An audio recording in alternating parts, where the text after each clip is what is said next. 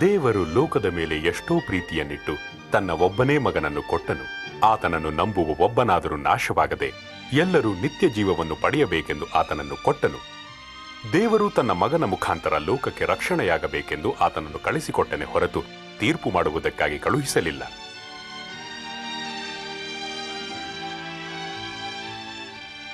ಇಂದು 100 ಕೋಟಿ ಜನ ಯೇಸು ಕ್ರಿಸ್ತನ ಅನುಯಾಯಿಗಳಾಗಿದ್ದಾರೆ.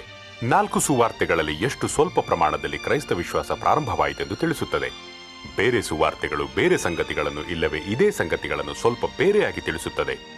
ಇದು ಸಂಪೂರ್ಣವಾಗಿ ಲೂಕನು ಬರೆದ ಸುವಾರ್ತೆಯಿಂದ ತೆಗೆದುಕೊಂಡ ಆತನ ಕಥೆಯಾಗಿದೆ.